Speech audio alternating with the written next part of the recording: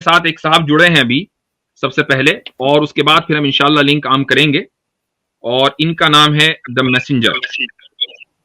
जी भाई, the messenger, क्या हाल चाल है? बढ़िया सर, बढ़िया। आप कैसे हैं? वही ठीक था, पहले वाला। अच्छा अच्छा। वही ठीक था। ये तो आपने स्टार्ट में ही हमें मसल दिखाना शुरू कर दिया। हाँ, मतलब ये कि अगर अच्छा आप वो जो है अपनी थोड़ा वीडियो सा। के साथ आए तो ज्यादा बेहतर है। वीडियो तो आपकी ऑन ही थी ना? जी जी, ऑन थी वो। एक्चुअली थोड़ा सा घर मेरा जिस रूम में हूँ, कोई मसला नहीं है, अच्छा, कोई मसला नहीं है। वो थोड़ा सा गंदा है इस वजह से। चलें, कोई आप मसला नहीं है, नो टेंशन। आप लोग कैसे हैं? सब बढ़िया? बिल्कुल ठीक ठाक हैं। आप शायद इससे पहले भी आने की कोशिश कर रहे थे, तो फिर मुझे किसी ने बताया कि भाई आज की स्ट्रीम में आप आना चाहते हैं, तो मैंने कहा जी जी। ठीक है। मैंने उन साहब को, आपके जो हमारे जो म्यूचुअल फ्रेंड है, मैंने उनको लिंक भेज दिया था। उस तरीके से आप आए हैं। हाँ, बस जी अचानक फरमाइए। से मेरे पास आया अभी अभी व्हाट्सएप में, तो मैंने ज्वाइन कर लिया। अच्छा। तो क्या मैं आप कुछ। जी आप सनातनी हैं? जी, सनातनी हूँ। अच्छा अच्छा, ठीक है। तो आप को जो आप क्या समझते हैं कि एक सनातनी जो मजहब है या जो धर्म है, जी वो सारी इंसानियत को कबूल करना चाहिए? जी जी, बिल्कुल। सारी इंसानियत को कबूल करना चाहिए, ठीक है। तो उसकी वजह क्या है, क्यों कबूल करना चाहिए? कोई खास बात सनातन धर्म में? सर एक्चुअली मैं इस तरह से नहीं आना चाहता था। मेरे कुछ क्वेश्चंस थे जो मैं मतलब क्लियर क्लियर करना चाहता था। उसी के लिए मैंने कहा, उसने मुझको कहा था कि ये क्वेश्चंस आप सर से पूछ सकते हैं, तो शायद वहां पर आपके जवाब मिल जाए। मैं इंशाल्लाह आपके सवालात का जवाब भी दूंगा, क्योंकि मैंने आपसे आपका तारुफ पूछा, और मैंने जी कहा चलो मुख्तसर ये भी पूछ ले। जाहिर है कि मैं मुसलमान हूँ, और मैं ये चाहता हूँ कि सारी दुनिया इस्लाम कबूल करे, अच्छा और अच्छा। उसकी वजूहात हैं। और आप सनातनी हैं, मैंने आपसे पूछा कि आप चाहते हैं कि सारी दुनिया सनातन धर्म कबूल करे, तो उसकी कोई ना कोई वजह होनी चाहिए। अच्छा, हमारी जो वजूहात हैं वो हम्म। सबको पता है, जी लेकिन और हम उसको हजार मर्तबा कह चुके हैं कि भाई ये वजह है, ये वजह है, और सौ ही वजूहात हैं। उसमें तो जी दो चार हम जिक्र भी कर देंगे, लेकिन हमने सनातनियों के साथ बहुत सारी स्कीम्स की हैं। आमिर हक अच्छा के चैनल पर हुई हैं, सैम स्टालिन के चैनल पर हुई हैं। और जब भी हम ये पूछते हैं कि भाई सारी इंसानियत सनातन धर्म को क्यों कबूल करे, तो सनातनी भाई इस चीज को बयान नहीं नहीं नहीं करते। नहीं नहीं, ऐसा नहीं। मैं बयान कर देता हूँ। मुझे लगता है कि मुझे नहीं लग मैं मतलब ऐसा नहीं था कि मेरा एक्सपेक्टेशन कुछ और था। अगर आप पूछ रहे हैं तो मैं बता देता हूँ जी। कि दुनिया में जो जितनी भी जो भी इंसानियत है, मनुष्यता है, वो सनातन धर्म से ही प्राप्त हुई है। बाद में उसके बाद उसमें जो चेंजेस होते गए कि भाई ये नहीं, ये सही नहीं है, वो सही नहीं है, ऐसे करके बदलाव होते गए। तो उसकी वजह से नए नए पंथ और मत अस्तित्व में आ गए। मगर असल में तो अगर देखा जाए तो जड़ से हम मूल रूप से तो सनातनी है सभी लोग।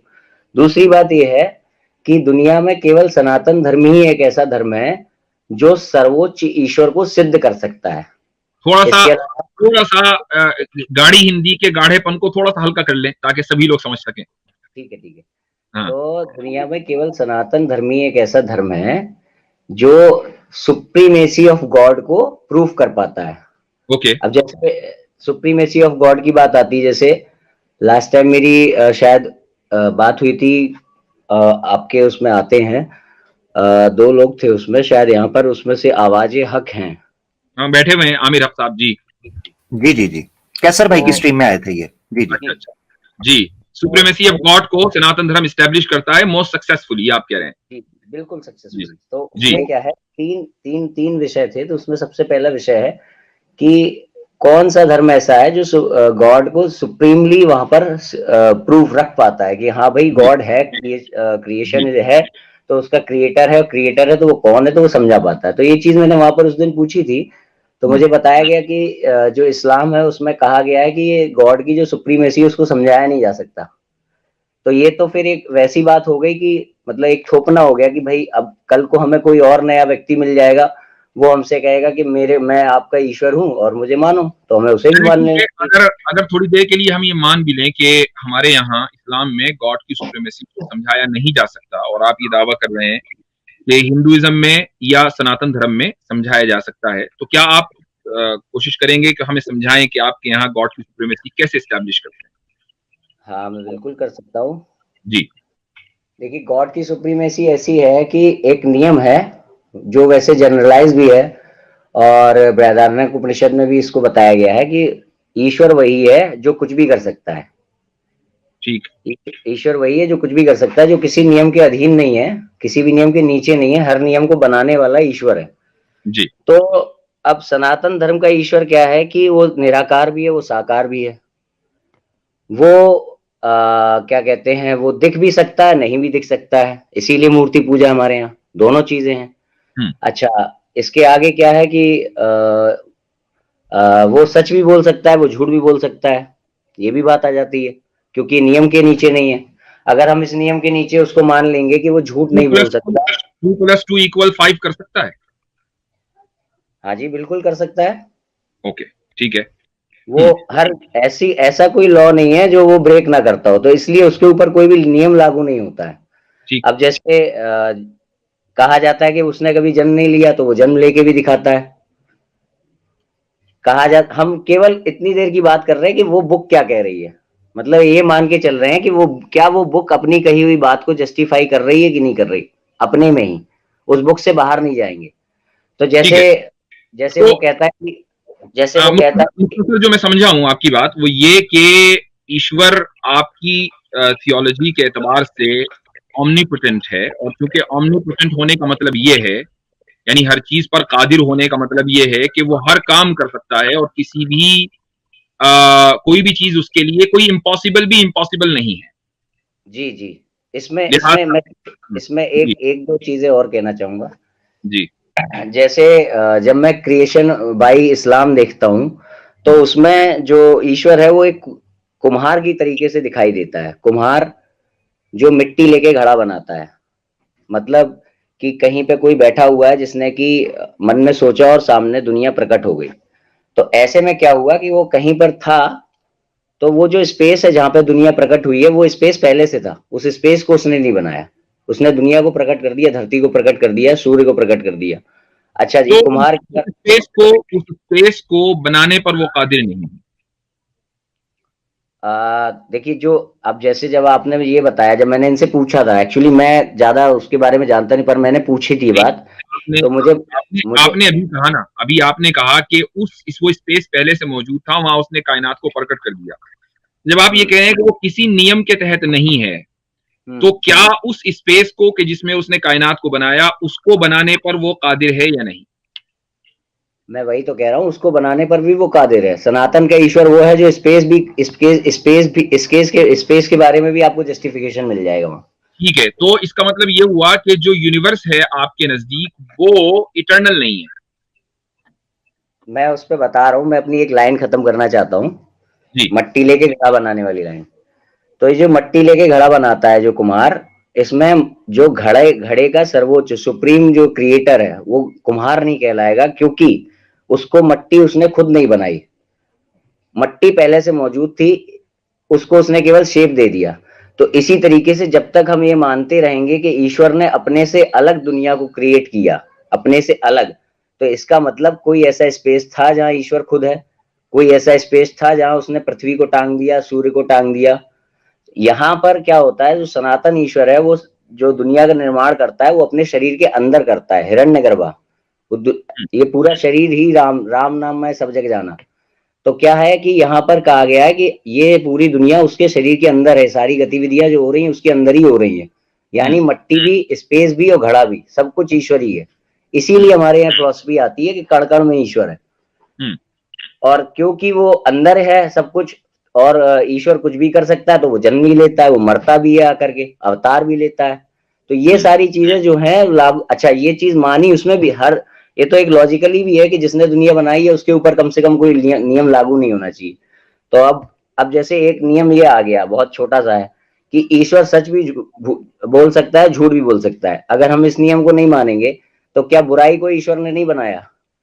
ठीक है ना? तो बुराई को ईश्वर ने बनाया, अगर वो पहले से नहीं जानता था कि वो बुरा करेगा जन्म लेने के बाद, बनने के बाद, तो इसका मतलब वो ऑल नोइंग नहीं था।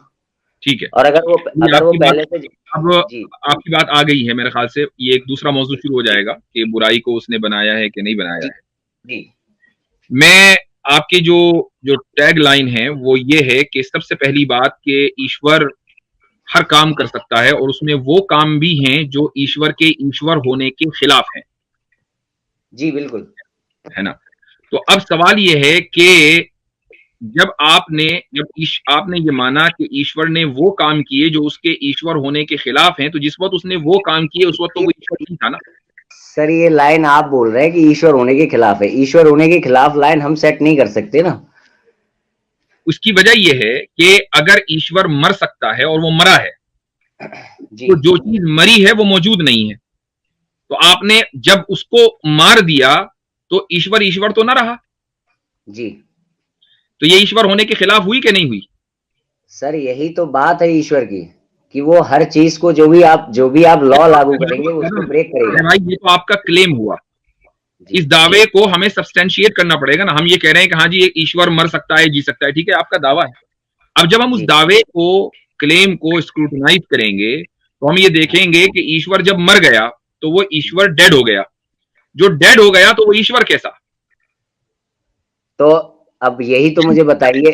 चलिए ठीक है, एक मिनट मेरी बात। जी जी जी आपकी बात तो मैंने बड़ी सब्र से सुनी है, अब मेरी बात सुन लीजिए आप, कि आप ईश्वर की सुप्रीमेसी उन चीजों के जरिए साबित कर रहे हैं कि जो एक इंसान में, यानी हम जैसे लोगों में भी जिनको डिफिशिएंसी समझा जाता है, एक इंसान जब मर जाता है तो उसको ये नहीं कहा जाता कि ये इंसान है, ये कहा जाता है कि ये इंसान की लाश है, इंसान तो चला गया, मर गया।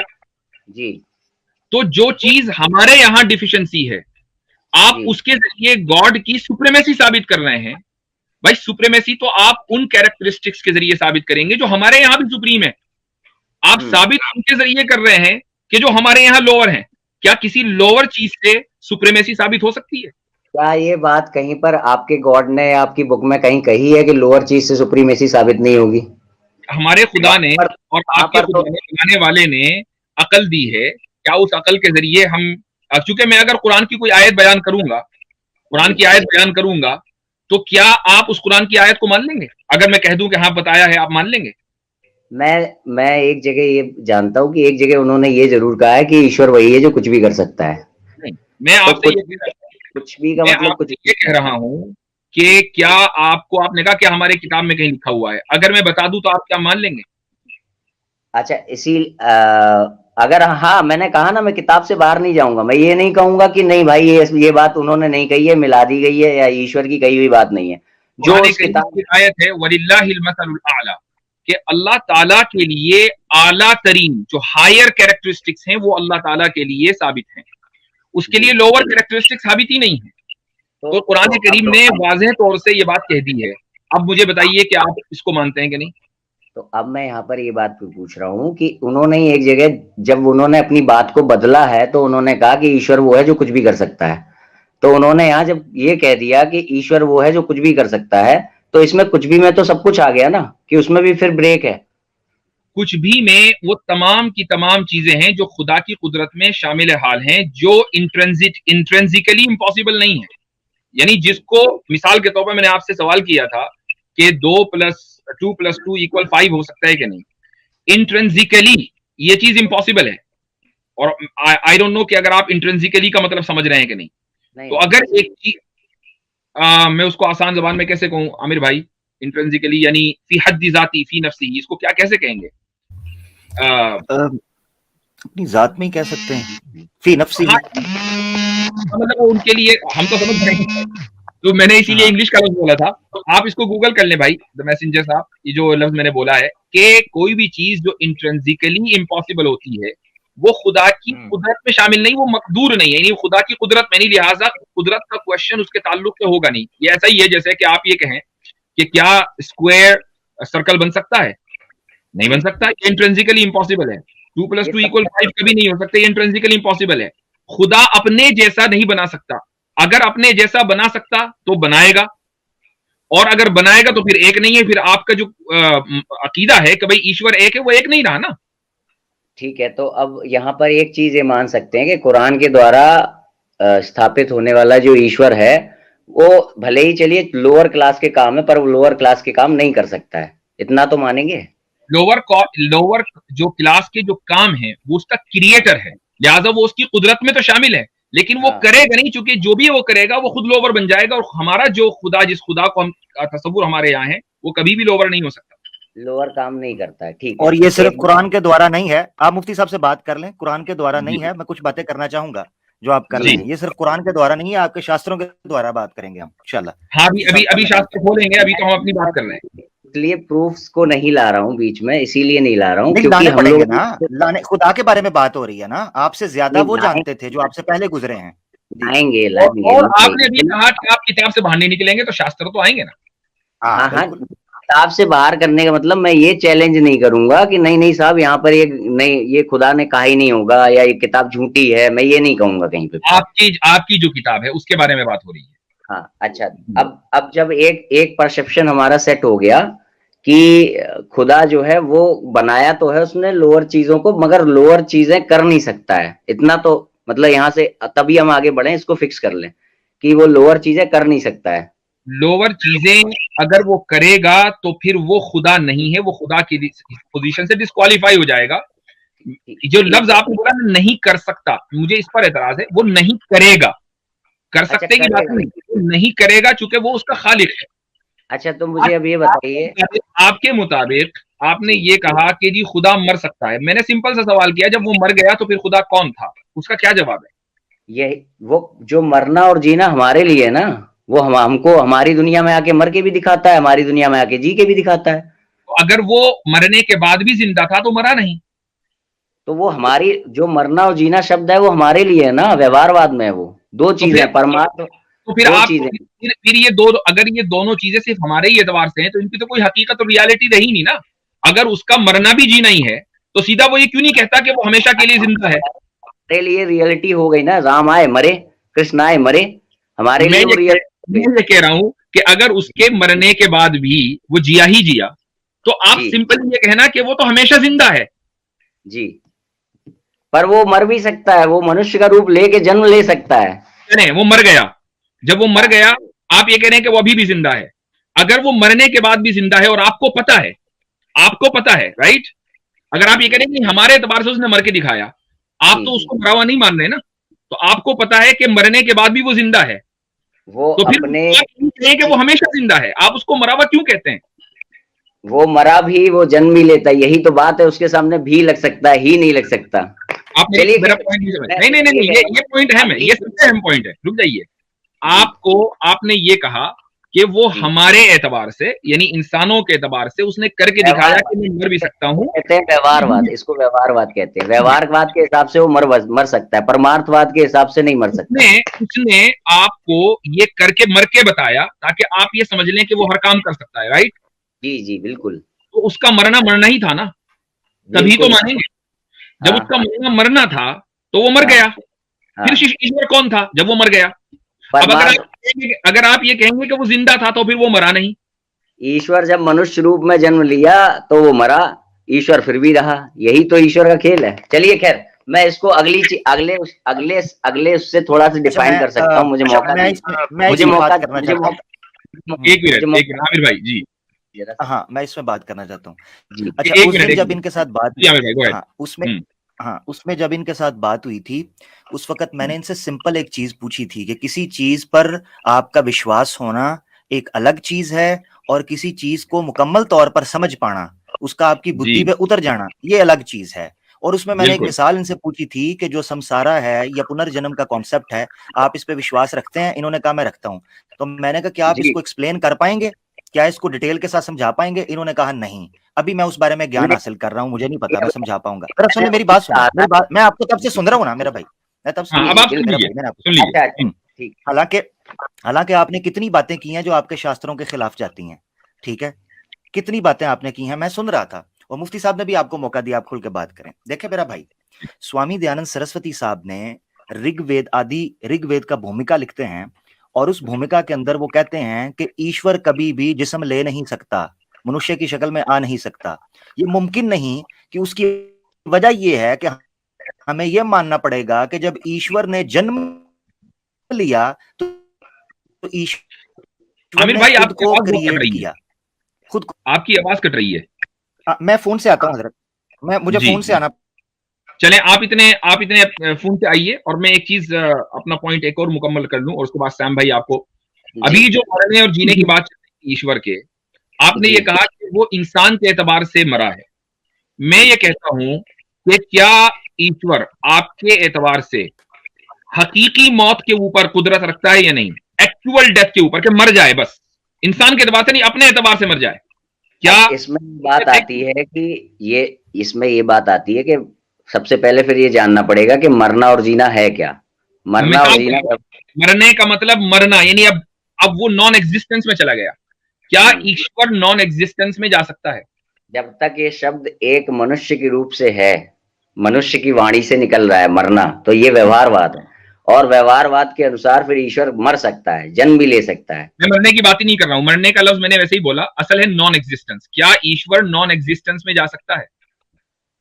तो मैं बता, नॉन एग्जिस्टेंस में जा सकता है, बिल्कुल जा सकता है। नॉन एग्जिस्टेंस में, ठीक है। अब ईश्वर नॉन एग्जिस्टेंस में चला गया, ईश्वर डज नॉट एग्जिस्ट जी। अब ईश्वर कौन है?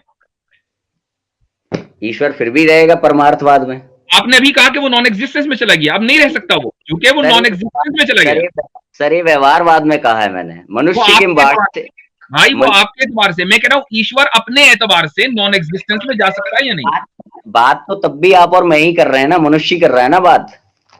जब तक हमारे द्वारा उसकी बात हो रही है तब तक वो व्यवहारवाद में एग्जिस्टेंस से बाहर भी जाएगा, एग्जिस्टेंस के अंदर भी जाएगा। का मतलब ये है कि आप भी ये मान रहे हैं कि ईश्वर ये काम नहीं कर सकता, तो आपने भी उसकी कुदरत को महदूद कर दिया, लिमिट कर दिया। जी आमिर भाई दोबारा आ गए। जी जी, अच्छा, मैं ये चीज कह रहा था, हाँ, मेरी आवाज आ रही होगी। अच्छा, एक तो ये चीज है, जब इन्होंने मुझसे पूछा था ना कैसर भाई की स्ट्रीम में, ये वैसे किसी हमारे एक्स हिंदू भाई, नौ मुस्लिम है, उनके तवस्सुत से ही आए हैं, मैंने कहा बताता चलूं। तो उस वक्त इन्होंने ये सवाल रखा था कि मैं ये पूछना चाहता हूं कि क्या हम अल्लाह को समझ सकते हैं मुकम्मल तौर पर। मैंने कहा समझने से मुराद क्या है, एक वो है ये चीज तो समझ आती है, इससे आगे आप समझने से क्या मतलब समझते हैं। इन्होंने कहा जी वो कैसे है, इस वक्त कहाँ है, किस तरह दिख, क्या। मैंने कहा ये डिटेल तो हम नहीं जानते, ये मुतशाबिहात में से है, इसका हम क्लेम नहीं करते। और अल्लाह ने भी इस बारे में कहा है कि ला युद्रिकुल अब्सार व हुवा युद्रिकुल अब्सार, ठीक है, ला तुद्रिकुल अब्सार व हुवा युद्रिकुल अब्सार, कि अब्सार उसको उसका इहाता नहीं कर सकती, तो इहाता हम नहीं कर सकते। हाँ, उस बारे में हम बुनियादी मालूमात जो हमें कुरान से मिलती है उसको हम सामने लेकर चल सकते हैं। खैर वापस आते हैं उस पर। मैंने फिर इनसे एक सवाल पूछा था। आमिर भाई, एक पॉइंट मेरे जहन में आया आपकी इस बात पर, मुझे इजाजत दीजिए। द मैसेंजर साहब, क्या आप ईश्वर को मुकम्मल जान सकते हैं? बिल्कुल जान सकते हैं। तो फिर ईश्वर महदूद हुआ, लिमिटेड हुआ? कैसे? जब आप किसी चीज के बारे में मुकम्मल इंफॉर्मेशन हासिल कर लें तो वो लिमिटेड है। क्या इंसान अनलिमिटेड को जान सकता है, अनलिमिटेड को? ईश्वर क्या करता है, जैसे ही हम बात का जवाब दीजिएगा, क्या आप अनलिमिटेड इंफॉर्मेशन हासिल कर सकते हैं? क्या इंसान अनलिमिटेड जान सकता है? इंसान ईश्वर को समझ सकता है, दूसरे शब्दों में कहें तो। मेरी सवाल का जवाब दीजिए। ईश्वर को छोड़ दीजिए फिलहाल, आप इंसान हैं, आप अनलिमिटेड समझ सकते हैं? बिल्कुल, मोक्ष के टाइम पे समझ जाएंगे। वो अनलिमिटेड नहीं है, वो लिमिटेड है। तो हम समझे कब उससे? आप मेरी बात सुन लीजिए। मसिंजर भाई, आप दूसरे इंसान को नहीं समझ सकते, आप ईश्वर को समझने की बात कर रहे हैं। आज तक इंसान अपनी बीवी को नहीं समझ सका, और आप कहते हैं मैं ईश्वर को समझ। अच्छा मसिंजर भाई, मेरी बात थी ना बीच में, जिससे मुफ्ती साहब को पॉइंट समझ आया था। मैं उस तरफ, यहाँ पे क्या है, ईश्वर को ये भी कहा गया है आप समझ सकते हो, पूरी तरीके से समझ सकते हो, मगर वो क्या है, परमार्थवाद हो जाएगा, हम खुद ईश्वर में जाके लीन हो जाएंगे। हमारा मोक्ष क्या है? यही तो मसला है। अभी देख, मेरी बात सुने, इसे कहते हैं कि अद-दलीलु अलल मतलूब, ठीक है। आप एक ऐसी चीज को दलील के तौर पर पेश कर रहे हैं जो आप बजाते खुद दावा है, क्लेम ही ये है। ये एक लॉजिकल आर्ग्यूमेंट होगा अगर आप थोड़ा सा मंतिक को, फलसफे को इस्तेमाल करें। याद रखें, जितने लोग आते हैं यहाँ पर, सुन लेना भाई, एक मिनट भाई, एक मिनट जरा, आमिर भाई मुकम्मल कर लीजिए। हाँ, देखें, मैंने अक्सर नोट किया है, जो आप भी कर रहे थे, कि ईश्वर क्या मनुष्य के रूप में आ सकता है, प्रकट हो सकता है? ये सवाल के जवाब में आमतौर पर श्री राम और श्री कृष्णा को पेश कर दिया जाता है, और इस तरह के विष्णु के अवतारों को पेश कर दिया जाता है। हालांकि वो खुद चीजें भी डिस्प्यूटेड हैं, कन्फ्लिक्टेड हैं, उनके बारे में हिंदुओं के अंदर कॉन्फ्लिक्ट है। कोई यूनानिमसली हिंदुइज्म के जितने सेक्ट, स्कूल ऑफ थॉट्स हैं, यूनानिमसली इस पर मुत्तफिक ही नहीं है स्वामी दयानंद सरस्वती साहब ने श्री राम और श्री कृष्णा को कहा ये साधारण मनुष्य थे, हाँ बार बार जन्म लेकर आते थे, ये उन्होंने खुद कहा है। इसका मतलब यह है कि आप एक ऐसे आर्ग्यूमेंट को पेश कर रहे हैं ईश्वर को मनुष्य के रूप में दिखाने के लिए जो खुद कॉन्फ्लिक्टेड है, कतई नहीं है, जन्नी है, एब्सोल्यूट नहीं है। एक तो ये चीज है, ठीक है। आपका माइक म्यूट है, जरा सुन ले मेरा भाई, आपका माइक म्यूट है, जरा सुन ले। दूसरी चीज ये है, आपने कहा कि ईश्वर, बड़ी अजीब बात है कि, और मुफ्ती साहब ने रखा भी कि ईश्वर का जो ऐब आप एक्सप्लेन कर रहे हैं, उस ऐब को बतौर उसके आला होने के लिए पेश कर रहे हैं कि वो मरता है, जीता है और आकर इधर जाता है, और मिसालें किनको दे रहे हैं जो कन्फ्लिक्टेड है। ये एक ऐसा पैराडॉक्स है जिसको एक्सप्लेन करना बड़ा जरूरी है। मैं आपको बता देता हूं, मुझे आपकी वेदास के अंदर आपके, अगर आप शास्त्र पढ़ेंगे, मौका दूंगा, अगर आप शास्त्र पढ़ेंगे फिर मैं आपको मौका दूंगा। जी जी ठीक है जी। ये याद रखें कि जब आप ईश्वर की कुदरत पे बात करेंगे और आप कहेंगे कि वो हर चीज कर सकता है, तो सवाल ये उठता है कि आपके बकौल जो पापी है उसको वो माफ कर सकता है? और क्या पुनर्जन्म में, यानी अगले जन्म के अंदर जो उसको सजा मिलनी है, वो उसको नहीं दे सकता है, रोक सकता है उससे? अगर आप कहें रोक सकता है, मुतलकन रोक सकता है, तो ये उसके अदल के खिलाफ है, क्योंकि उसने वेदास के अंदर लिखा हुआ है कि वो कभी ना पापियों को अपना आशीर्वाद नहीं देता। तो आपका ईश्वर खुद ऐसे कानून के अंदर फंस जाएगा। अगर आप न सिर्फ ये कि इंसाफ के खिलाफ है, बल्कि रीइंकार्नेशन के पूरी फिलॉसफी के खिलाफ है। बिल्कुल बिल्कुल बिल्कुल उस चीज के खिलाफ हो जाएगा। तो ये याद रखें, जिस चीज को आप कुदरत देना समझते हैं वो ऐब है, ठीक है, वो ऐब बन जाएगा। एक साधारण इंसान भी पूरी कुदरत रखते हुए बुरा काम नहीं करता। मुझे नहीं समझ आती कि ईश्वर की कुदरत ऐसे कामों के अंदर ही क्यों आप लोग साबित करते हैं जिससे उसका नुक्स निकलता हो, जिससे उसकी बुराई छलकती हो। कोई और दूसरे काम नहीं है कि जो उसकी तरफ मंसूब किए जा सकें। उसका इंसान बनना ही उसकी कुदरत को वाज़े करेगा, उसका मृत्यु करना लेना ही उसकी कुदरत को वादे करेगा, उसका इंसानी रूप में जन्म लेना ही उसकी कुदरत को वादे करेगा। ये बड़ी अजीब बात है। बहुत उम्दा पॉइंट। सवाए शिर्क के कोई चीज नहीं जवाब आप बोल सकते हैं। जी द मैसेंजर साहब कहां चले गए? स्टक हो गई उनकी आईडी।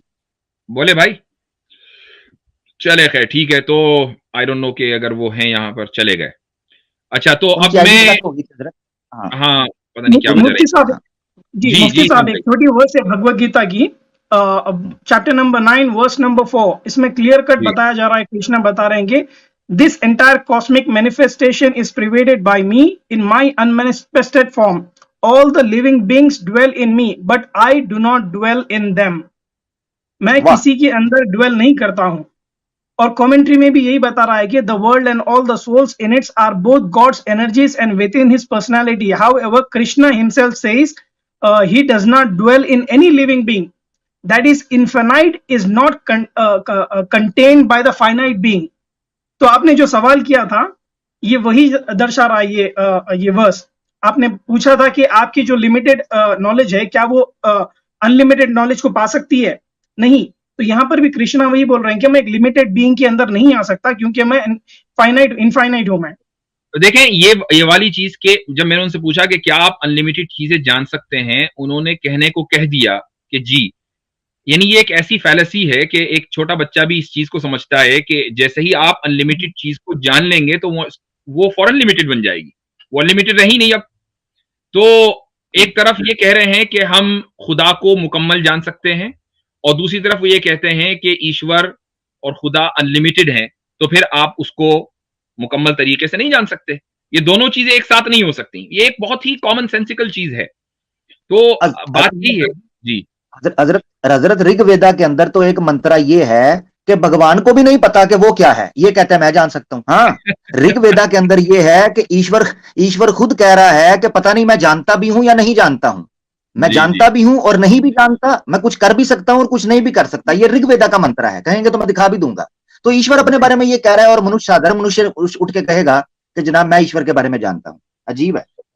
ये देखें बहरहाल गुफ्तगू बड़ी अच्छी रही और बात सिविलाइज अंदाज में थी माशाल्लाह। आई डोंट नो क्या मसला वो उनके साथ वो चले गए, लेकिन बहरहाल एक चीज जो क्लियर होकर सामने आई है वो ये कि सनातनी हजरात चाहे वो कितने ही पढ़े लिखे क्यों ना हो, जब वो आते हैं और खुसूसन कलामी मबाहिस के ऊपर, यानी खुदा की जात और सिफात को जब वो अकली और रैशनल अंदाज से प्रूव करने की कोशिश करते हैं, तो उनकी जो रैशनैलिटी है वो इनकंसिस्टेंसी का शिकार हो जाती है। इसीलिए मैंने शुरू में जो मालहा मिन करार के ऊपर गुफ्तगू की थी वो यही है, उसकी मिसाल बिल्कुल खुलकर दो चार की तरह वाजे होकर सामने आ गई, अल्हम्दुलिल्लाह।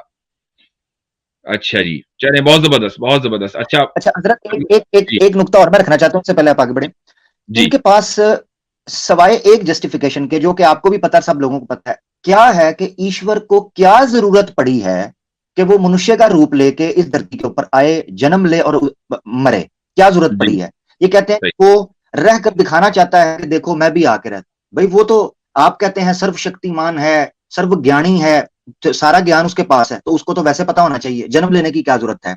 और फिर जिनको एग्जाम्पल के तौर पर जन्म लेकर पेश करते हैं, उनकी कमजोरी अलग है, मार उनको अलग पड़ी, मृत्यु उनकी अलग हुई। आमिर भाई एक बात ये भी है कि इनके कितने अवतार हैं? 9-10 के करीब है ना? नहीं, वो तो सैकड़ों। चले कितने होंगे अंदाजन जो बड़े मेन अवतार हैं? 10 विष्णु के 10 मानते हैं, 10 है ना? ठीक है। अब सवाल ये है कि अगर खुदा को अपनी कुदरत दिखानी ही थी कि वो पैदा हो सकता है, तो वो एक अवतार में पैदा होकर दिखा देता, 10 की क्या जरूरत है? और अगर 10 में हुआ तो 100 में क्यों नहीं हुआ? बिल्कुल। यानी ये है इनकंसिस्टेंसी कि भाई अगर किसी पॉइंट को साबित करना है तो वो एक मर्तबा साबित हो सकता है, हालांकि वो पॉइंट बहुत ही इररेलेवेंट है, लेकिन वो एक मर्तबा हो सकता है, फिर उसको 10 मर्तबा साबित करने की जरूरत नहीं है। लेकिन अगर आपने 10 मर्तबा किया है तो फिर 100 मर्तबा नहीं, 1000 मर्तबा भी होना चाहिए। बिल्कुल। और हजरत फिर एक और सवाल भी ले लें, क्योंकि ये सवाल खत्म नहीं होने वाले। सवाल ये है कि जिस तरह मुल्हिदीन ये एतराज करते हैं कि अगर अल्लाह ने रसूल भेजे तो अमेरिका में कौन सा है, ऑस्ट्रेलिया में कौन सा है, तो हम इनसे पूछेंगे कि अल्लाह ने ये ईश्वर ने सारे अवतार हिंदुस्तान में ही भेजने थे, हिंदुस्तान में क्यों उतारे? बिल्कुल बिल्कुल बिल्कुल, एग्जैक्टली। तो ये सारे सवालात हैं, सवालात का एक सिलसिला है, और उसकी वजह यह है कि ये मैन मेड फिलॉसफी है, और मैन मेड फिलॉसफी में होता यही है कि वो एक न एक वक्त में जाकर उस पर बहुत सारी क्रिटिसिज्म्स होती हैं, और वो यानी उसका फिर उसका अंजाम यही होता है कि वो अपने उस जमीन के ऊपर खड़ी नहीं हो पाती कि जिसके बारे में उसका दावा ये होता है कि ये सबसे ज्यादा मजबूत ग्राउंड है। अच्छा, ये इनकी बात रह गई थी द मैसेंजर की, जी चले गए जी सर। हाँ जी, क्या हाल चाल है? अब बोले, पता नहीं क्या बात हो रही। मेरा एक्चुअली फोन स्विच ऑफ हो गया था, रैंडमली मुझे पता चला था कि मतलब मुझे डिबेट में मौका मिल रहा है वहां पहुंचने का, तो इसलिए फोन चार्ज नहीं था तो वो बंद हो गया था। तो मैं एक्चुअली सबसे पहले एक रिक्वेस्ट ये करना चाहूंगा कि 1 बाय 1 आप लोग बोलें। होता क्या है कि जैसे आपने कोई पॉइंट दिया तो उसका जवाब मेरे पास है, मगर तब तक ये आमिर भाई की तरफ से एक जवाब आ जाता है, मतलब सवाल आ जाता है, और उसका भी जवाब मेरे पास है, मगर तब तक ये जो स्टेलोन भाई हैं जो इनकी तरफ से आ जाता है। तो 1 बाय 1 जब एक से कन्वर्सेशन हो जाए, स्टेलोन भाई से तो शिकायत लोगों को ही हो रही है कि खामोश बैठे, बोल ही नहीं रहे, और आप ये कह रहे हैं नहीं, इन्होंने वहां पे बोला था, भगवत गीता का एक श्लोक बताया था, मैंने बाद में वीडियो देखा जब पर आप जब तक थे जब तक तो मैंने कुछ नहीं बताया। आपके जाने के बाद बोले वो? हाँ, जाने के बाद मैंने वीडियो देखा था, तो मैंने, आपने भी बोला भगवत गीता का एक श्लोक, तो मैं मतलब एक प्रिकॉशन बोल रहा हूँ। आप ऐसे करें मैसेंजर भाई, आप बात रख लें, हम खामोशी से सुनेंगे, आप बात रख लें, ठीक है? चले। हाँ, तो सबसे पहले मैं एक ये बात फिक्स मान लेता हूँ कि खुदा में ऐब नहीं हो सकते, ऊपर वाले में।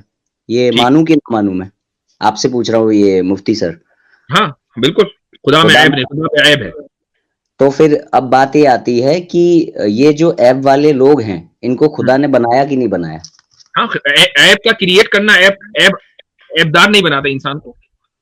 अगर खुदा अगर खुदा ने बुराई तख्लीक की है और तख्लीक की है तो उससे खुदा बुरा नहीं बन गया। जी ठीक है। अच्छा, और दूसरी एक बात ये आती है कि जैसे ये तो फिक्स ही हो गया कि वो जन्म नहीं ले सकता, ये भी क्लियर है ना? बिल्कुल ठीक है, क्योंकि उस समय आपने कहा था कि उन्होंने ये नहीं कहा है कि मैं जन्म नहीं ले सकता, मैं जन्म लेता नहीं हूँ। नहीं, चूंकि जन्म लेना भी ऐब है। अच्छा ठीक है, जन्म लेना भी ऐब है। ठीक है जी, ये भी मेंशन होगा मेरे ख्याल से। हाँ बिल्कुल आपके शास्त्रों में भी है। हाँ चले आगे। मैं आपकी बातों का जवाब दूंगा, आपने जो बोला दयानंद सरस्वती जी को लेके, मैं दूंगा उनका जवाब। तो अभी मैं ये मान लेता हूँ कि खुदा में ऐब नहीं हो सकते, ठीक है? तो अब ये मुझे बताइए कि जैसे एक प्रकरण आता है कि शैतान, तो शैतान को खुदा नहीं बनाया, बनाया ना, खुदा है, बिल्कुल। शैतान को खुदा ने बनाया, तो शैतान ये चाहता, आप अपनी बात जो है ना मुकम्मल कर लें, बीच बीच में आप सवाल करेंगे तो मुनासिब नहीं है, आप पूरी बात रख लें। हाँ, तो शैतान को खुदा ने बनाया, शैतान ये चाहता है कि वो उनकी एजुकेशन में मिलावट करे, जो एजुकेशन वो कुरान के जरिए देना चाहते हैं लोगों को। अब जब वो मिलावट करे तो इसका मतलब क्या खुदा ये चाहते हैं कि मिलावट वाला ज्ञान पहुंचे लोगों के पास? ठीक, ये सवाल है आपका। तो फिर प्रामाणिकता कैसे बचती है? ठीक, होगी आपका सवाल। जी बताइए। ठीक है, आपको क्या लगता है कि खुदा ने इंसानियत को क्यों पैदा किया है? सर ये सवाल पे सवाल हो गया एक, आप एक्सप्लेन करिए ना, अब आप भी तो पूछ ही रहे हैं। आपके इस सवाल का जवाब जो है वो इसी उसमें है। आप अपना पूरा सवाल का जवाब दीजिए मेरे, जैसे मैंने अपना पूरा सवाल बोला वैसे आप दीजिए। फेयर इनफ जी। खुदा ने इस इंसानियत को जो तख्लीक किया है जी, वो उसके इम्तिहान के लिए कि खुदा इंसानियत ये तय करे कि हमें खुदा की बनाई हुई जन्नत में जाना है या जहन्नम में जाना है। जी, ये तय करने के लिए जरूरी है कि खैर को पाने के लिए यानी अच्छाई को पाने के लिए जरूरी है कि बुराई का वजूद हो, बुराई एग्जिस्ट करे। और आप उस बुराई को जो कि एग्जिस्ट कर रही है, जो शैतान के जरिए आई है, शैतान ने जिसको प्रमोट किया है, आप उस बुराई को बाईपास करके आप उस अच्छाई को हासिल करें। उसकी वजह यह है कि दुनिया में कोई भी चीज ऐसी नहीं है कि जिसको आप अचीव करें, अचीव का लफ्ज बोल रहा हूं, और उसमें कोई एफर्ट ना हो, वरना फिर वो अचीव नहीं है। मिसाल के तौर पर अगर किसी का बाप मर जाता है और उसकी औलाद अपने बाप की दौलत हासिल करती है, इनहेरिट करती है, तो इनहेरिट करना अचीव करना नहीं है, क्योंकि अचीव करने में एफर्ट लगना जरूरी है, और एफर्ट के होने चाहिए रेजिस्टेंस। तो अब अगर आप अचीव कर रहे हैं अच्छाई, तो फिर बुराई के जरिए रेजिस्टेंस आना जरूरी है, और रेजिस्टेंस जब ही आएगा जब बुराई मौजूद होगी, तो इसमें कोई हर्ज नहीं है। सर मेरा क्वेश्चन ये था कि शिक्षा में मिलावट करने वाले को भी उन्होंने ही बनाया ना, तो यानी वो ये चाहते हैं कि शिक्षा में मिलावट हो। शिक्षा में मिलावट करने से क्या मुराद है, क्या मतलब है? आप ऐसे कोट्स आए हैं कि शैतान जो है उनकी आयतों में मिलावट कर देता है, या आयतों को मिलावट के साथ समझाता है लोगों को, या कोशिश। ये जो आपने स्टोरी सुनी है, ये जो स्टोरी आपने सुनी है, इनकी कोई हैसियत नहीं है। ठीक है, इसको छोड़ दीजिए। शैतान ये चाहता है ना कि हम लोग बुराई करें। हाँ बिल्कुल, इसमें कोई तो है। अब ये चाहने वाले को बना तो वही रहे हैं, ठीक, तो फिर ये डिसाइड कैसे हो कि वो जब एक तरफ बुराई चाहने वाले को बना रहे हैं, तो फिर डिसाइड कैसे हो कि ये जो वो किताब दे रहे हैं वो रियल है? मैं आपको एक मिसाल से समझाता हूँ इसको। आप मान लीजिए मेरे स्टूडेंट हैं, मेरी क्लास में मौजूद है जी, और मैंने आपको पूरा कोर्स पढ़ाया और पूरे कोर्स में बताया कि देखो भाई ये सारे फार्मूलाज हैं, ये सारी थ्योरीज हैं, ये सारे प्रैक्टिकल्स हैं, सब मैंने आपको समझा दिया, ठीक जी। अब उसके बाद मैं आपको मल्टीपल क्वेश्चंस का जो है वो मल्टीपल आंसर्स का, बल्कि मल्टीपल क्वेश्चंस का आपको पेपर बनाकर देता हूं कि मैं एक क्वेश्चन दिया और उसके कई सारे ऑप्शंस हैं। अब अगर वो सारे के सारे ऑप्शंस दुरुस्त होंगे तो आप चाहे ना चाहें, लेकिन तब भी आपके 100% ही आने हैं, आप मजबूर हैं कि आपके 100% आए। लेकिन मैं ये चाहता हूं कि आप डिजर्विंग कैंडिडेट हैं, लिहाजा आप अपने बलबूते के ऊपर आप कामयाब हो, मेरी वजह से कामयाब ना हो। लिहाजा उन 4 में से 3 को मैं हर हाल में गलत लिखूंगा और 1 को सही लिखूंगा, ताकि आप 1 को सही इंतखाब कर सकें, और मैंने आपको पढ़ा दिया है ऑलरेडी। अब जब आप 1 को चुनेंगे और आप 100% लाएंगे, तो आप अपने बलबूते पर लाएंगे, मेरी वजह से नहीं लाएंगे। लेकिन अगर मैंने 3 क्वेश्चंस वहां गलत लिखे हैं, तो इसलिए आप मुझे ब्लेम नहीं कर सकते टीचर को कि भैया टीचर ने 3 क्यों गलत लिख दिए और 1 क्यों सही लिखा, 4 के 4 सही लिखने चाहिए थे, फिर इम्तिहान कैसा? क्योंकि टीचर ने जो प्रामाणिकता वाली जो किताबें हमने पढ़ी हैं, उस टीचर की आखिरी अंतिम वो टीचर नहीं है, उसके अलावा और भी चीजें हैं जिससे कि हम ये जानते हैं। मैं ये कहता हूं कि आप उस टीचर वाली एग्जाम्पल को दुरुस्त समझते हैं, इसको छोड़ दीजिए कि वो लास्ट है कि फाइनल। का मौका दीजिए। मैं मौका दे रहा हूं, क्योंकि आप दूसरे टॉपिक पे जा रहे हैं, दूसरे टॉपिक पे ना जाइए। इस टीचर वाली एग्जाम्पल को आप दुरुस्त समझते हैं? अभी क्योंकि आपने उसमें एक दो चीजें उसमें ऐड ऑन करनी है, इसलिए अभी पूरा नहीं है वो आपका आंसर। नहीं, मेरी ये example as an example, imagine God का कॉन्सेप्ट है ही नहीं यहाँ पर, हम इस एग्जाम्पल की बात कर रहे हैं। ये एग्जाम्पल आपके नजदीक तो कहता हूं अभी ये दुरुस्त नहीं है, इसमें इनकम्प्लीट है अभी।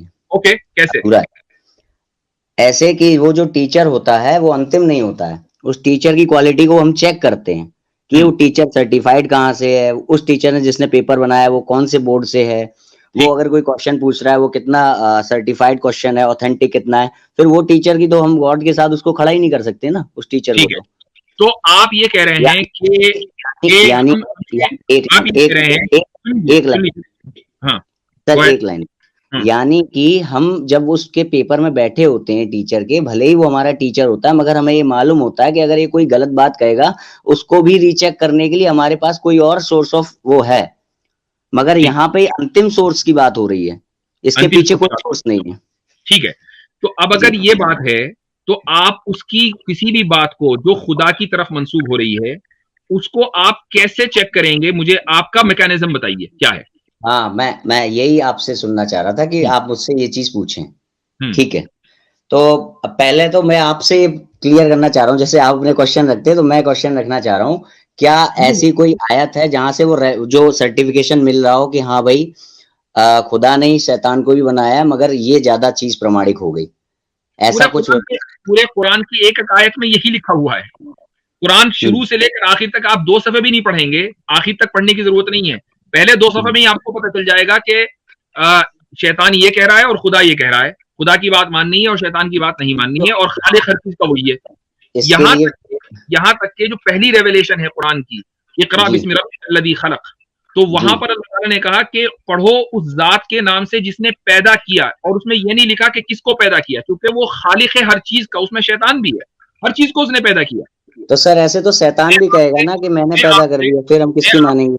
ठीक है, इसी पर ले लेते हैं। आपके नजदीक मेयार क्या है, आप मुझे वो बताइए। चलिए, हमारा मेयार थोड़ी देर के लिए मान ले गलत है, आप अपने मेयार पर आ जाइए कि यहाँ पे एक वीक पॉइंट महसूस होता है, वो मैं कह रहा था। हमारा ये है कि जो वेद हैं वो सबसे प्रमाणिक इसलिए माने जाते हैं क्योंकि वेद ये कहते हैं कि वो श्वास रूप में प्रकट होते हैं। इंसान 2 तरीके के काम करता है। एक मिनट में थोड़ा सा आसान करके बताइए। हाँ, मैं आसान करूंगा। हम 2 तरीके के काम करते हैं, एक काम हम प्रयत्न करते हैं और एक काम हम यूं ही करते हैं अनायास। जैसे कि मेरे सामने फोन रखा है, कैलकुलेटर रखा है। भैया थोड़ा सा आप अगर टर्मिनोलॉजी इस्तेमाल करेंगे मुझे समझ में आएगा। जी ये जो आपने 2 लफ्ज बोले ना, उसको जरा समझाइए, इंग्लिश का लफ्ज बोल लीजिए। मैं बता रहा हूँ, इसको सरल भाषा में ऐसे समझ लीजिए कि मेरे सामने फोन रखा है और कैलकुलेटर रखा है। अब मैं यहाँ पे डिसाइड कर सकता हूँ कि मैं फोन उठाऊंगा या कैलकुलेटर उठाऊंगा। तो ये तो हो गया वो काम जो हम एफर्ट डाल के करते हैं, मगर कुछ काम ऐसे हैं जो हम बिना एफर्ट के कर रहे हैं, बिना प्रयत्न के। तो वो काम है हमारा सांस लेना। वो हम उसके लिए चाह नहीं रहे, हम चुनाव नहीं कर रहे उसके लिए, वो हम कर रहे हैं बस। तो जो वेद हैं, वेदों के अनुसार जो वेद हैं वो श्वास रूप में प्रकट हुए हैं, मतलब उसके लिए भगवान ने चुनाव नहीं किया। तो जितनी भी किताबें भगवान प्रयास करके देंगे वो तब तक प्रमाणिक रह जाएंगी जो वेद के अकॉर्डिंग होंगी। एक मिनट, तो आप ये कह रहे हैं कि वेद को, मैं सिर्फ समझने के लिए बात कर रहा हूँ, आप ये कह रहे हैं कि ईश्वर ने जो वेदास दिए हैं वो बगैर एफर्ट के दिए हैं इंसान को, राइट? जी। अच्छा, तो ये जो बगैर एफर्ट के इंसान को दिए हैं, अब ये जो वेदास हैं ये अल्टीमेट मैसेज है। हाँ, वो स्वतः प्रकट होते हैं जी। ठीक है, उसको चैलेंज नहीं किया जा सकता, उसमें कोई बात गलत नहीं हो सकती जी। अब होता क्या है कि आगे जब भगवान अवतार लेते हैं, भगवत गीता जैसे रामायण वगैरह, उनकी तब तक बातें मान्य होंगी जब तक वो वेद के अकॉर्डिंग है, क्योंकि वेद श्वास रूप में प्रकट हुए हैं। तो भगवान प्रयत्न करके जितनी भी नॉलेज आपको देंगे, उनका जो सर्टिफिकेशन है वो वेद से ही मैच होगा। आपके नजदीक जो किताब एफर्ट से दी जाए, आपकी एपिस्टेमोलॉजी के एतबार से वो किताब इनवैलिड है, खुदा की नहीं हो सकती। हिंदुइज्म इस सवाल का जवाब दे पाता है मेरे हिसाब से। अच्छा, और वेदास के गॉड के बगैर आए हैं, गॉड के एफर्ट के बगैर आए हैं, इसलिए वो अल्टीमेट मैसेज है और उसको चैलेंज, अथॉरिटी को चैलेंज नहीं किया जा सकता। ठीक है, जी। सवाल ये है कि आपको कैसे पता चला कि वेदास खुदा के एफर्ट के बगैर आए हैं? मैंने कहा ना कि मैं कभी भी उस किताब के बाहर नहीं जाऊंगा। मैंने कहा ना, मैं आपकी भी किताब के बाहर नहीं जाऊंगा। नहीं तो मैंने कहा, तो अगर मान लीजिए मैं आपकी किताब में कुछ ऐड करके चले जाऊं, तो क्या ये कैसे पता चलेगा कि ये खुदा की तरफ से है? ये इसके लिए हमारे यहाँ चेन ऑफ नरेशन है, परंपरा से ज्ञान प्राप्त होता है, उसकी रक्षा परंपरा करती है। चेन ऑफ नरेशन बताइए क्या है? चेन ऑफ नरेशन लगातार जो गुरुओं की चेन ऑफ नरेशन चली आ रही है। जैसे अभी अब मैं यहाँ पर आमिर भाई का जवाब दूंगा। इन्होंने दयानंद सरस्वती जी का नाम लिया था। तो दयानंद, उस चेन ऑफ नरेशन में कितने लोग होंगे? पहले तो आप वेद की एज बताइए, फिर उसके बाद चेन ऑफ नरेशन आएगा। वेद की एज फिलहाल देखिए, ये तो बात वो हो गई कि वेद की एज बताइए। अब ये वस्तुनिष्ठ प्रश्न हो गया कि मुझे रटी हुई है कि नहीं ये बातें। नहीं, ये हमारे जो फिलोसॉफिकल हमारी टॉक हो रही है, डिफेंड करने आए हैं और ये कह रहे हैं मैं किताब से बाहर नहीं जाऊंगा और उसी किताब से मुताल्लिक उसी किताब के बारे में एक हो रहा है कि वो किताब कब है। आप हमसे कुरान के बारे में यही सवाल करेंगे कि मैंने आपसे वस्तुनिष्ठ प्रश्न नहीं पूछा कि यहाँ पे वो शब्द क्या लिखा है, ये क्या है। मैं एक जो ओवरऑल बड़ी बड़ी बातें हैं उन पे बात करने आया हूँ। मैंने आपको कोई ऐसी टीचिंग के बारे में नहीं पूछा कि फलाने उसमें फलाने हदीस में फलाने श्लोक क्रमांक में क्या लिखा है। अब ये जो है ये वस्तुनिष्ठ प्रश्न है, सब्जेक्टिव है। नहीं सब्जेक्टिव नहीं है, दैट्स द पॉइंट। ये सब्जेक्टिव नहीं है, आपने ये कहा। ना यहाँ पे भाई आप जो है वो देखें, गुफ्तगू अगर करनी है तो फिर तरीके से करें। आपसे एक सवाल किया और आप फंस गए तो आप ये कह रहे हैं कि सब्जेक्टिव क्वेश्चन है। आप अगर ये कह रहे हैं कि खुदा ने, ईश्वर ने बगैर एफर्ट के ये कलाम जिसको वेद कहा जाता है इंसानियत को दिया है, और हम आपसे ये सवाल कर रहे हैं कि कब दिया है, और आपके पास ये जवाब ना, और आप ये कहें कि नहीं ये सब्जेक्टिव है, ये तो मुझे मालूम नहीं है, और आप इस सवाल को डॉज कर दें, दैट इज नॉट फेयर। आपको ये बताना पड़ेगा कि वो कब दिया, और ये बताना पड़ेगा कि आपको कैसे पता चला कि वो बगैर एफर्ट के दिया। और उसमें आप वेद को कोट नहीं कर सकते क्योंकि वेद ही तो अंडर क्वेश्चन है। ये तो ऐसा ही हुआ कि जैसे कि आप मुल्जिम से पूछें कि भाई तुमने जुर्म किया है, वो कहे कि नहीं मैंने तो कोई जुर्म नहीं किया, और हम इसी को एविडेंस मान लें। मुल्जिम का कॉल कभी भी एविडेंस नहीं हो सकता। जी अब बोलें। जी, अब मैं एक क्वेश्चन यहाँ पे रखना चाहूंगा कि कई बार मुझे ऐसा दिया जाता है कि ये जो है खुदा, इसमें मिलावट नहीं की जा सकती, कुरान के लिए बोला जाता है अक्सर। मैं आपसे सवाल वेदास के ताल्लुक से, सर तो मैं एग्जांपल दे रहा हूँ ना, आप समझने की कोशिश तो करिए, मुझे बोलने तो दीजिए। तो मुझे एक कोट किया जाता है कि भाई कुरान खुद ये बात कहती है कि इसमें मिलावट नहीं की जा सकती। तो यहाँ पर भी वही चीज आ गई ना कि वो किताब खुद कह रही है, इसलिए मान लिया जाए कि मुजरिम से पूछा जा रहा है कि तुम मुजरिम हो कि नहीं, तो मुजरिम कह रहा है नहीं हो, तो इसलिए हम मान लें। बात तो वही आ गई ना यहाँ पे, आप ऐसे कह रहे हो। मैंने इसीलिए शुरू में कहा था, नहीं ऐसा नहीं है, दोनों इक्वल नहीं है, दोनों इक्वल नहीं है। एक मिनट, लेट मी मेरी लाइन को फिनिश हो जाने दीजिए। मैंने इसीलिए शुरू में कहा था, मैं किताब की टीचिंग, जो किताब के अंदर की चीज होगी उसे चैलेंज नहीं करूंगा। आपने किताब के द्वारा सिद्ध करिए अपना पॉइंट, तो मैं अपने किताब के द्वारा सिद्ध कर रहा हूं कि उसमें लिखा हुआ है कि वो जो है श्वास रूप में प्रकट होते हैं। इसके अलावा हमारे जो चैन ऑफ नरेशन गुरुओं की आ रही है, 102 लाख वर्ष पुरानी जो चैन ऑफ नरेशन है, स्वयं भगवान से शुरू हुई है, उसके गुरु आज भी विद्यमान है। अच्छा, ये उस बात का भी जवाब है। नरेशन आपके पास है लिखी हुई, 2 लाख गुरुओं के नाम है? बिल्कुल, 2 लाख गुरुओं के नाम नहीं है उसमें। जो पहले शुरुआत के गुरु थे उनकी उम्र लंबी होती थी, 1-1 लाख वर्ष होती थी, 1 लाख वर्ष होती थी जी। और 2 लाख साल हैं टोटल। ये मैं एक अमूमन बता रहा हूँ, मगर इस सवाल का जवाब भी मैं आपको दे सकता हूँ अगर मुझे टाइम देंगे तो। भाई अगर 2 लाख साल टोटल हैं और 1 लाख उम्र होती थी तो 2 गुरु होने चाहिए या 3 गुरु होंगे आपके? नहीं तो सबकी नहीं थी ना 1-1 लाख, बाद में कम होती चली जा रही ना। चले अगर कम होगी तो 1 लाख से 70 साल तो नहीं आने ना, 1 लाख से 90,000, फिर 80,000, फिर 50,000, तो इस तरह आपके पास 7-8 गुरु होने चाहिए। ये हम लोग सेट नहीं कर सकते, 155 गुरु हैं अभी तक। तो और आपके पास एक देखें, ये सारी जो बातें हैं ना, ये अभी तक के टोटल आप इलॉजिकल बात कर रहे हैं। देखें, कोई भी चीज अगर हम बात करते हैं लॉजिक की बुनियाद पर, तो हमें टेक्स्ट को, अगर आपको ये देखना है कि ये टेक्स्ट जो है ये खुदा का कलाम है या नहीं है, तो हमें उसमें अपनी अकल को कहीं ना कहीं इस्तेमाल करना पड़ेगा। मैं ये कहना कि मेरी किताब में ये लिखा हुआ है, ये मेरे लिए कन्विंसिंग नहीं है, ये आपके लिए कन्विंसिंग हो सकता है। अच्छा ठीक है सर, मैं आपकी ये बात मान लेता हूँ कि हमें अपनी अकल का इस्तेमाल करना पड़ेगा। अब ये आप ही बता दीजिए मुझे। मैं एक चीज बता दूं आपको, आमिर भाई आपने वेद के ऊपर कल एक स्ट्रीम की है, उसका कोई पॉइंट जो वेद के ताल्लुक से जरूर कहिएगा, या सैम भाई से भी मैं चाहूंगा जी, वेद की हकीकत के ताल्लुक से। वेद के हवाले से ये है कि जो कल मैंने एक्सप्लेन किया उसी को ले लेते हैं। वैसे तो ओरिजिन से और उसकी इटर्निटी के ऊपर सारे सवाल आते हैं। ये जो वेद जिन्होंने लिखा है अभी तक इनकी कंफर्मिटी नहीं हुई, इनकी कंफर्मेशन कोई नहीं है कि वेदास लिखे किसने हैं, ठीक है। यानी मिसाल के तौर पे स्वामी दयानंद सरस्वती ने शतपथ ब्राह्मण जो है उसको कोट करके कहा है कि वेद इब्तदा में इन द बिगिनिंग 4 बड़े सेजिस को दिए गए थे। वो अलग बात है कि उपनिषद में लिखा है वो 4 देवता हैं, और ये भी अलग बात है कि किसी और उपनिषद के अंदर लिखा, उसका हवाला भी मैं दे दूंगा स्क्रीन के ऊपर अगर ये कहेंगे कि ये पहले कह रहे थे ना जी, अगर हम कुरान के अंदर देखें या इस्लाम में देखें तो अल्लाह हमें एक कुम्हार की तरह क्रिएट इस तरह दिखाई देता है जैसे मट्टी लेकर। तो भाई आपके शास्त्रों के अंदर भी ईश्वर वेदों को, बल्कि ब्रह्मा वेदों को इसी तरीके पर बनाता है। वो आग को उबालता है, काटता है, धरती के अंदर से कुछ और चीज निकालता है, उसका नेक्टर जूस निकाल के कोई एक वेद बनाता है, दूसरे से एक वेद बनाता है, ठीक है। और उनका नाम रख दिया है अग्नि, आदित्य, वायु, उनसे कशीद करके उनका एक्सट्रैक्ट निकाल के वेदास को बनाता है, ठीक है। चलिए अब तो यहाँ पर मैं आपसे अब सर मुफ्ती सर अब मैं थोड़ी देर आमिर भाई से, क्योंकि दयानंद नाम दूसरी तीसरी बार ले रहे हैं। मेरा सवाल ये है, मेरा सवाल सुन लीजिए। वो तो मैंने आपकी पिछली चीज की बात की ना कि अगर आपको ये नजर आता है तो हमें आपके शास्त्रों के बकौल भी वो एक नजर। मेरी बात सुनिए, आपने मुझे स्टार्ट में आके क्या कहा कि ये नहीं बोलेंगे, मैं बोला तब से बोला, ठीक है, मान गया। कैसे मैं खामोश रहा, कैसे मैं खामोश रहा? मान गया भैया, आगे बढ़िए।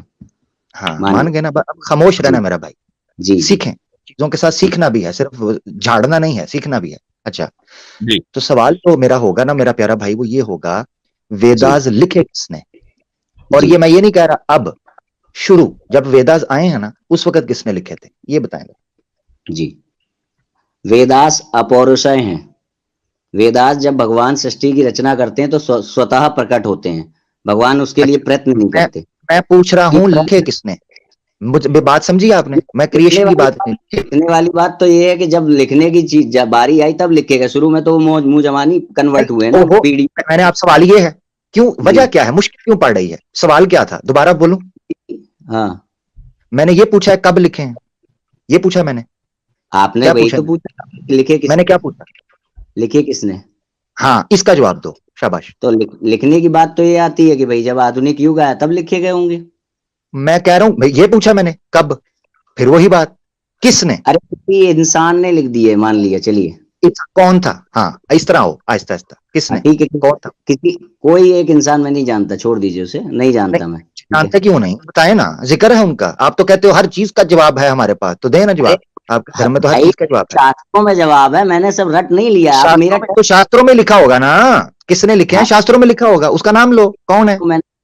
अरे तो आप ये जो वस्तुनिष्ठ प्रश्न कर रहे हैं उससे जाहिर क्या करना चाहते हैं, उस पे आइए ना। ओहो, मैं बता रहा हूँ वेदास किसने लिखे, किसी एक का, कोई एक दो का नाम तो ले लो, एक दो का ही ले लो भाई। देखिए जो वेदास हैं वो अलग अलग ऋषियों ने, वेदों के जो मंत्र हैं वो मैंने सवाल क्या पूछ रहा हूँ, सवाल पूछा है जो मैंने, उसकी तरफ क्यों नहीं आते यार, बड़े ज्ञानी हैं आप। सवाल पूछा है, कोई एक का नाम बताओ, आप मुझे डिटेल में ले जाते हो।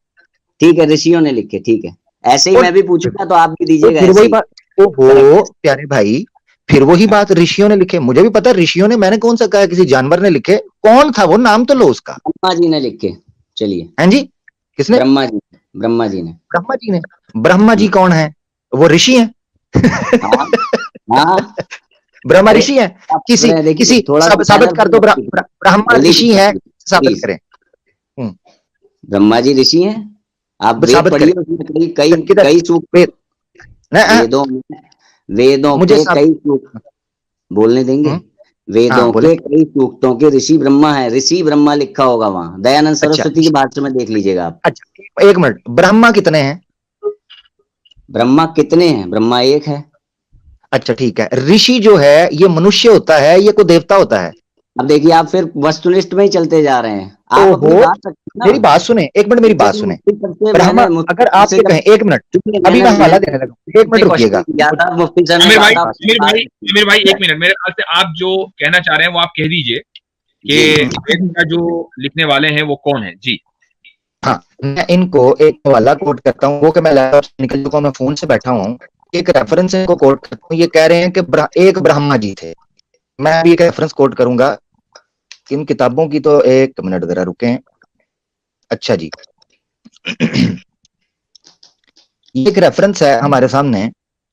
मैं स्क्रीन नहीं शेयर, क्योंकि मैं लैपटॉप से निकल चुका हूँ, स्क्रीन नहीं शेयर कर पाऊंगा, मगर मैं उसको बोल दूंगा जी। किधर गया है? आप रेफरेंस ना बोले, खाली बात रुकिएगा आपका। रुक जाए जरा, आपके लिए, आप अकेले के लिए ना बोलना स्वामी जी, पब्लिक भी सुनती होती है, उनको भी नोट करेंगे ना। छंदोग्य उपनिषद है। अच्छा, इसमें 7वां खंड है इसका, अध्याय चौथा, यानी अध्याय चौथा 7वां खंड। और इसके इब्तदाई 2 श्लोक, एक और दूसरा, उसमें सबसे पहले यह बयान किया गया है कि वेदास, यहाँ ये एक्सप्लेन किया गया कि वेदास को किस तरीके से क्रिएट किया गया। यहाँ पर किसी जगह पर भी ब्रह्मा का जिक्र को, पूरी की पूरी वेदास क्रिएट की गई। अच्छा, इसके अलावा आपको बता देता हूँ, जिस जगह पर जो है, देखिए क्वेश्चन से अब आप बता रहे हैं आपका, सर ये भी मुझे काट रहे थे ना जब उनको पढ़ने दीजिए। मैं आपको तसल्ली से सुना है, आपने मुझे एक बार भी पूरा ही बोल दिया, मैंने आपको सुना है, ठीक है ना।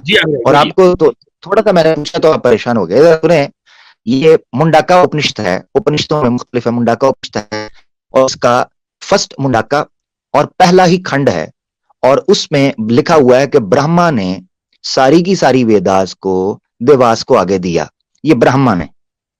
अच्छा, आप कह रहे हैं उसमें से एक ऋषि ये हैं, एक ऋषि, और क्रिएट कैसे किया है? अपने मुंह के जरिए से, अपने मुंह से सारी वेदास को बाहर निकाल दिया। तो अब ये यहां लिखा हुआ है।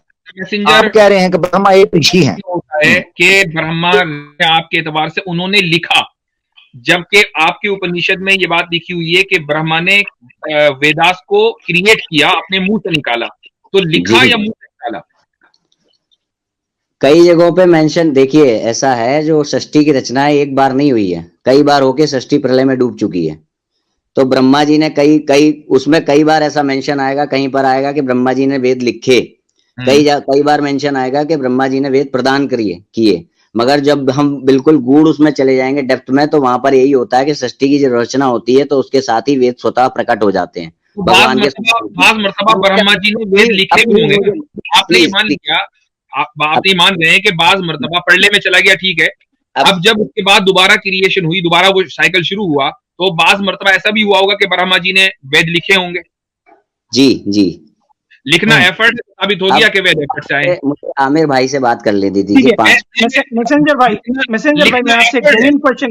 मैं आपसे एक जेन्युइन क्वेश्चन पूछता हूँ, छोटा सिंपल क्वेश्चन। आपने बताया कि आपके पास परंपरा है और आपके पास चेन ऑफ नरेशंस है, आप मानते हैं ना ये बात? सारी चेन ऑफ नरेशन, इसी बारे में मुझे आपसे बात करनी है ना, ये आमिर भाई से इसी बारे में बात करनी है, प्लीज मुझे करने दीजिए। जी मैं कर रहा हूँ अभी। जी आप यही पॉइंट मैं उठाया हूँ, इससे मेरे पे बात कर लीजिए आप इससे। तो आपके पास, आप मानते हैं कि सारे chain of narrator's, Dayanand Saraswati का, और जो कुछ उन्होंने कुछ प्रमाण रखे हैं ना, मतलब शास्त्रों के, इसीलिए उनसे बात करनी है मुझे, प्लीज मुझे बात करनी है। बात करिए आप। तो अब मैं एक चीज पूछना चाहूंगा आपसे कि जैसे कुरान के बारे में ये भी कहा जाता है कि उसमें शैतान ने ये कर दिया था, वो कर दिया था। कुछ लेखक ऐसे हैं जो ये क्लेम करते हैं कि कुरान में जो है मिलावट हुई है, ये हुआ है, वो हुआ है। तो इसके बारे में क्या हुआ है? कुरान में मिलावट की गई है, 50 साल तक कुछ आयतें थी। कौन बोलता है? कुछ लेखक हैं ऐसे मेरे पास। कुछ नहीं ना, कुछ मैं कहता हूँ, कुछ लेखक कहते हैं वेदास मैंने बनाई हैं। सलमान रुश्दी बोलता है। मैं देता हूँ, मुझे डर इस बात का है कि मुझे फोन ज्यादा यूज करना नहीं आता है। मेरे फोन में एविडेंस है और उसमें वो नाम है, सलमान रुश्दी बोलता है। मैं आपको हेल्प कर दूं? अब शायद यही नाम होगा, शायद। हाँ, यही नाम है शायद। अब बात आती है, मेरा सवाल ये है कि आप ही की बात को क्यों माना जाए, उनकी बात को क्यों ना माना? एक मिनट आमिर भाई, आप समझते हैं कि स्वामी दयानंद सरस्वती और सलमान रुश्दी दोनों इक्वल स्टेटस के हैं? बिल्कुल। दयानंद सरस्वती जो है वो प्रमाणिक गुरु नहीं है, सर्टिफाइड नहीं है। अच्छा, एक हजरत मुझे जो बताया है, मुझे मेरे फ्रेंड ने जो बताया वो सुन लीजिए। फ्रेंड की बात में करना। आपको पता है सलमान रुश्दी कौन है? सलमान जानता हूँ कि आपके अनुसार रुक जाइए, सलमान रुश्दी के साथ तारुफ करा दे हम आपसे कि सलमान रुश्दी कौन है। सलमान रुश्दी वो शख्स है कि जिसने एक बदनामे ज़माना किताब सैटानिक वर्सेस लिखी और झूठ का पलंदा, जिसकी वजह से, और उससे पहले ही वो इस्लाम से निकल चुका था, वो खुद अपने आप को मुसलमान नहीं मानता। बिल्कुल एथियस्ट है वो एथियस्ट है। उसने इस्लामोफोबिया के मर्ज में मुब्तला होकर और इंग्लैंड में जो भी उसको स्टेटस हासिल करना था वो हासिल करने के चक्कर में उसने एक किताब लिखी जो बदकिस्मती से मशहूर हो गई। आप उसको, सलमान रुश्दी को और स्वामी दयानंद सरस्वती को, जो कि हिंदुइज्म के एक बहुत बड़े फिरके के रहनुमा हैं, आर्य समाज के, आप दोनों को एक मान रहे हैं, ये आप कह चुके हैं। अब सर मैं अपना जवाब दूं अब आपको? जी, जवाब आपका मिल गया। सलमान रुश्दी को आपने स्वामी दयानंद से मिला दिया। बहुत जिंदाबाद, सही जा रहे हो। मतलब ये फिर हेल्दी कन्वर्सेशन नहीं होती, इस तरीके से रिजल्ट पे मत आइए आप प्लीज। आपको एक बात सुनो संजय, एक मिनट, एक मुझे बात बताओ पूरी सिंसेरिटी के साथ, जब आपको सलमान रुश्दी का पता ही नहीं है यार, क्यों डेंगे मारते हैं? क्या जरूरत है बात करने की जब पता ही नहीं सलमान? शब्द प्लीज मर्यादित रखिए। बात सुनो, मेरी बात सुनो। 1.5 घंटे से आपको मौका दिया है। सलमान रुश्दी का पूरी दुनिया को पता है सलमान रुश्दी कौन है। अच्छा, आपके साथ सुनिए, आपके साथ तो सबसे ज्यादा आपको टाइम दिया गया, सबसे ज्यादा टाइम आपको दिया गया है सर, तो मत दीजिए। अभी तक के कोई एक पॉइंट भी आप साबित नहीं कर पाए। मैं तो बिल्कुल करेक्ट पॉइंट पे हूँ। देख, मुझे अपनी बात रखने दीजिए। जो दयानंद सरस्वती, मैसेंजर भाई बहुत टाइम हो गया। मैसेंजर भाई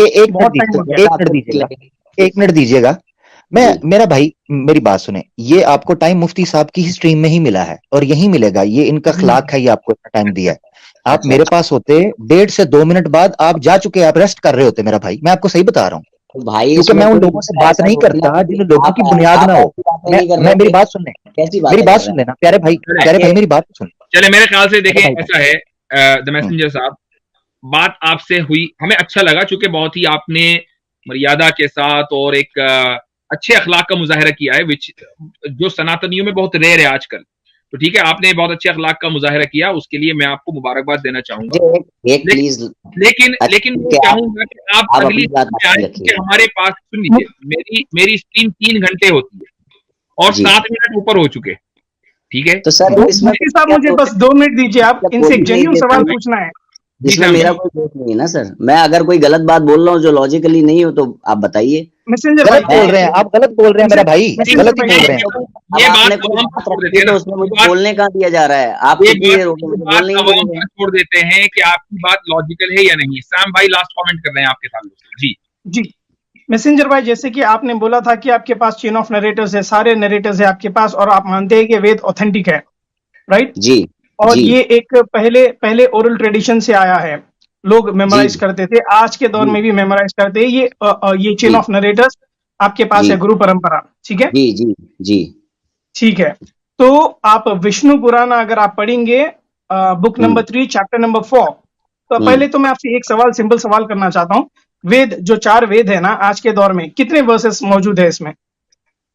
रैंडम नहीं है, मुझे याद नहीं है।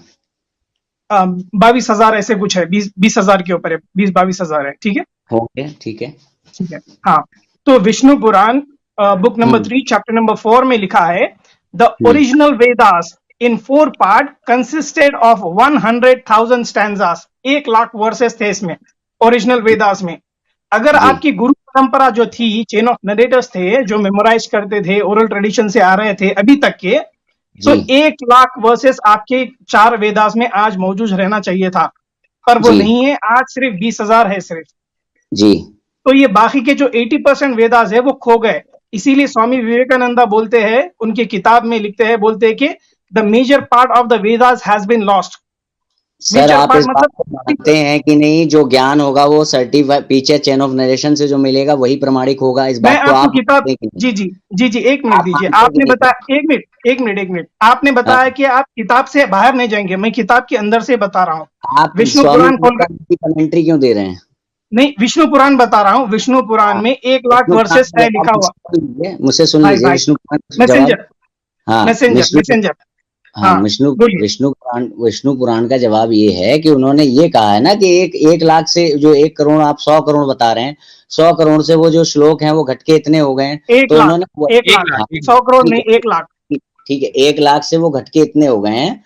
तो उसमें यही बात है कि जो क्या कहते हैं, जो उसको जो ट्रांसफर करने वाले हैं शुरुआत में वेदों का ज्ञान प्राप्त करके, जब भगवान जब वेदों श्वास रूप में वेद प्रकट होते हैं तो 1 लाख में होते हैं, मगर जो उनको जब श्लोकबद्ध किया जाता है तो उसमें श्लोक कम हो जाते हैं, उनका सार कम में आ जाता है। जबरदस्त, क्या कहने, क्या बात है, क्या बात है, ये बात है, क्या बात। भगवान जो है अपनी बात को बहुत फैलाकर कहने वाले थे, लेकिन बंदों ने ये किया कि उस फैली हुई बात को मुख्तसर करके आगे भेजा। तो जो काम बंदों को करना था भगवान खुद ही करते थे। बंदों ने नहीं, भगवान ने किया। ये भी काम भगवान नहीं किया ना। अगर यही किया तो फिर 80,000 और 1 लाख का फर्क कहां से हुआ भाई? कहां से हुआ? तो पहले 1 लाख कर, हाँ तो पहले 80,000 कर देते, को 20,000 पहले ही कर देते, पहले क्यों 1 लाख? मतलब देखिए अब आपकी लॉजिक जो है ना वो पब्लिक को चेक करने दें। आप ये कह रहे हैं कि किस तरीके से आप चाहते हैं कि आप ही को, आप ही की बात को अंतिम माना जाए। ये काम दयानंद सरस्वती विवेकानंद को आप मत मानिए, आप जाकर मैसेंजर आप अपनी खुद बात सुनो, आप एक बार खुद सुनना, आप एक बार खुद सुनना कि आपने कहा क्या है, ठीक है ना? अब आपने जो जुमला बोला ना लास्ट में, इससे पता चला। अपना ख्याल रखें, बहुत धन्यवाद। बहुत हो गया भाई, हमें स्ट्रीम भी खत्म करनी है। और ओवरडोज हो गया, मुझे माइग्रेन, हजरत मुझे इनकी मंतक सुन के माइग्रेन शुरू हो गया, बड़ी हैवी मंतक है भाई।